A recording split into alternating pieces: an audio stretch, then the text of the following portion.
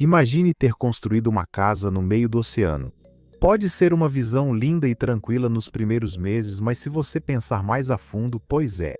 Esse cenário é mais adequado como ideia de roteiro do que algo prático. Mas a realidade é que muitos homens fazem do meio do oceano seu lar durante a maior parte do ano. Sim, estamos falando de marinheiros e oficiais da Marinha. Isso me faz pensar, quantos oficiais um porta-aviões gigantesco pode abrigar? Quanta comida eles consomem para se manter? Onde e como eles dormem? Junto com tudo isso, a questão de quantos banheiros estão disponíveis em um porta-aviões, onde os oficiais moram por vários meses seguidos, também parece, sinceramente, uma discussão razoável de se ter. Não é só o número de banheiros que é interessante, detecção. Mas também perguntas como: o que acontece com os dejetos humanos coletados? Ele é descartado diretamente no mar ou coletado e descartado em outro lugar? Se for coletado, como a higiene é mantida? As perguntas que podem despertar curiosidade sobre esse assunto são realmente infinitas. Mas não se preocupe, nós resolvemos isso para você. Venha conosco enquanto explicamos tudo sobre os banheiros em um porta-aviões. Não vamos te deixar esperando, já que você provavelmente clicou neste vídeo para saber quantos banheiros tem um porta-aviões. Então vamos te dar alguns fatos. Normalmente, porta-aviões enormes podem acomodar mais de 6.000 marinheiros em uma única viagem. É o tamanho de duas pequenas vilas, mas ironicamente com menos de 333 metros de comprimento. Assim, necessidades básicas como comida, água, sono e, obviamente, higiene e meios para defecar são o mínimo que se pode pedir. Por isso existem cerca de 432 banheiros nos porta-aviões maiores, o que, sinceramente, não é muito considerando a quantidade de homens adultos que essas embarcações precisam acomodar. Quando você está no meio do oceano, precisa aproveitar tudo ao máximo. Com isso resolvido, vamos falar de outro assunto parecido. O que ocorre com o material após ser descartado na descarga? Para isso, talvez precisemos contar uma história aparentemente sem relação, mas confia em nós, tudo fará sentido no final. Na Marinha, ir ao banheiro é muitas vezes chamado de head call. Apesar do nome engraçado, o motivo disso é bem técnico. Os banheiros em um porta-aviões são realmente chamados de heads. A tradição começou há muito tempo, pois apenas os capitães do navio tinham um banheiro privativo perto de seus aposentos, na popa ou na parte traseira do navio. Os demais tripulantes precisavam usar os banheiros na proa, na frente do porta-aviões, bem mais perto da linha d'água. A água do oceano eliminava resíduos, pois o banheiro ficava na proa do navio. Além disso, é preciso lembrar que as embarcações realmente se movem na direção oposta ao vento, por isso os banheiros sempre ficavam a favor do vento para garantir que nenhum mau cheiro permanecesse no local por muito tempo. Hoje, a tecnologia permite que navios modernos tenham tanques de armazenamento e bombas manuais e motorizadas, possibilitando instalar banheiros em quase qualquer lugar do navio. Esse banheiro é limpo sem ondas, pois descarrega direto no mar, já que os resíduos são levados pela água. Dissemos que tudo faria sentido no final. Mas até mesmo o processo de dar descarga fica um pouco complicado, técnico e até caro quando você está no mar. O resíduo dos vasos sanitários passa por um processo antes de ser liberado no mar. Ao dar descarga, o marinheiro inicia uma longa cadeia de processos interligados. O processo leva uma quantidade significativa de tempo, dinheiro e ainda mais infraestrutura para garantir que o resíduo seja devidamente limpo e seguro para descarte. A remoção do esgoto descartado que foi produzido a bordo de um porta-aviões é uma das principais tarefas a bordo, e sendo o material mais descartável da embarcação, exige a máxima atenção aos detalhes. O esgoto gerado a bordo não pode ser mantido na embarcação por um longo período por questões sanitárias e precisa ser descartado no oceano o mais rápido possível. Mas há um problema: não se pode descartar resíduos no mar sem tratamento ou limpeza. O governo dos Estados Unidos emitiu novas restrições para o descarte de esgoto que precisam ser cumpridas. A maior parte do resíduo de esgoto gerado em um porta-aviões vem dos vasos sanitários, mictórios e ralos. As regulamentações determinam que o esgoto deve ser tratado antes de ser despejado no oceano e o navio deve estar a pelo menos 4 milhas náuticas da costa mais próxima para cumprir essa regra. A mesma regra também se aplica aos porta-aviões. Esse processo tem mais etapas que o normal em casa, que leva só alguns segundos e basta apertar um botão, mas temos algo curioso para te perguntar.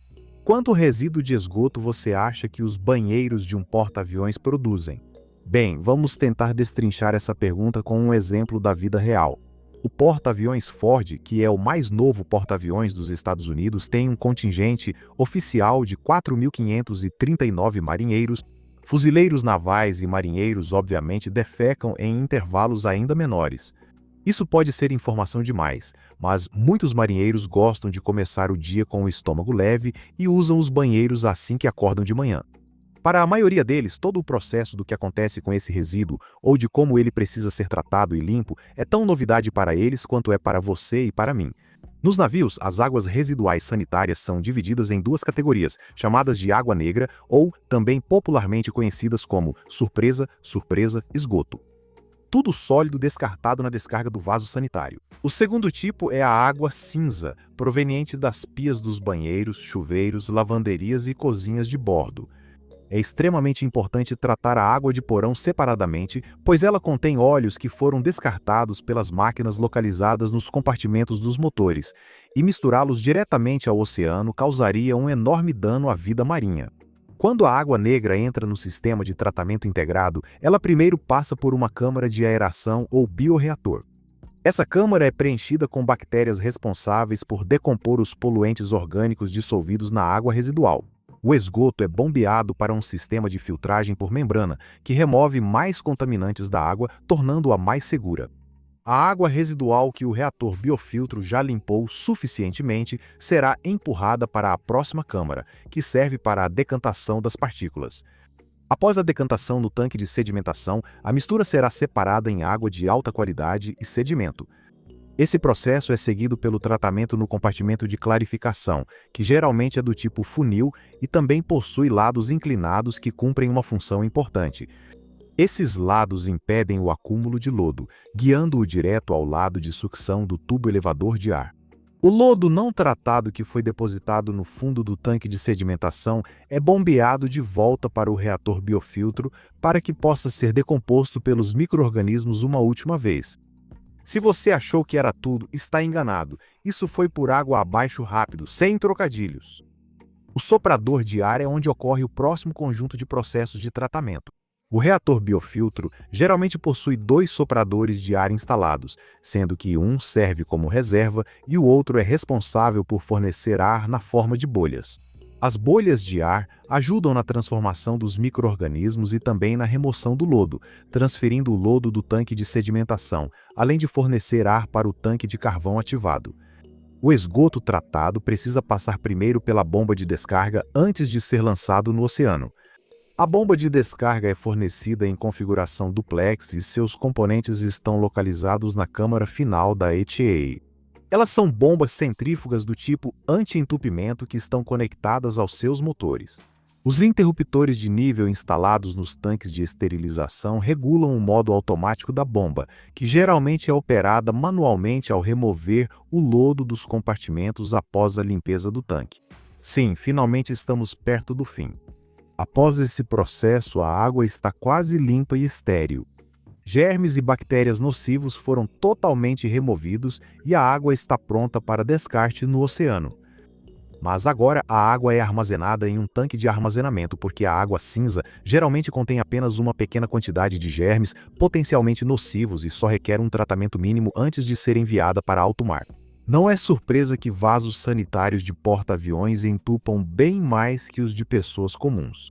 Isso ocorre porque o resíduo não passa tão facilmente quanto em nossas casas. Nesse momento, o marinheiro dá descarga, diferente dos processos longos citados antes. A matéria sólida, ou seja, o cocô, não desce de jeito nenhum, e isso é uma péssima notícia para todos a bordo.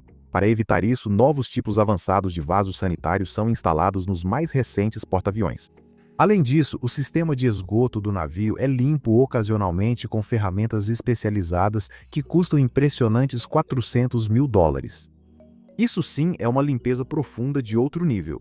De acordo com uma nova auditoria do Congresso que detalha 130 bilhões de dólares em custos de manutenção de longo prazo subestimados, o relatório solicitado pelo Comitê de Serviços Armados do Senado ao Escritório de Responsabilidade Governamental, o GAO, relatos apontam que o novo vaso sanitário está entupindo com mais frequência que o normal por causa de manutenção não planejada. Assim, ações rigorosas têm sido implementadas durante toda a vida útil do navio. Muitos reclamaram que a sucção da descarga é fraca e os canos estreitos, dificultando que o cocô desça e agravando o problema. E é isso para este vídeo, pessoal. Não se esqueçam de curtir, compartilhar e se inscrever no canal para nunca perderem nenhuma atualização nossa. Qual foi a parte mais surpreendente desse desvio para você? Conta pra gente nos comentários aqui embaixo. Te vejo no próximo vídeo. Até mais!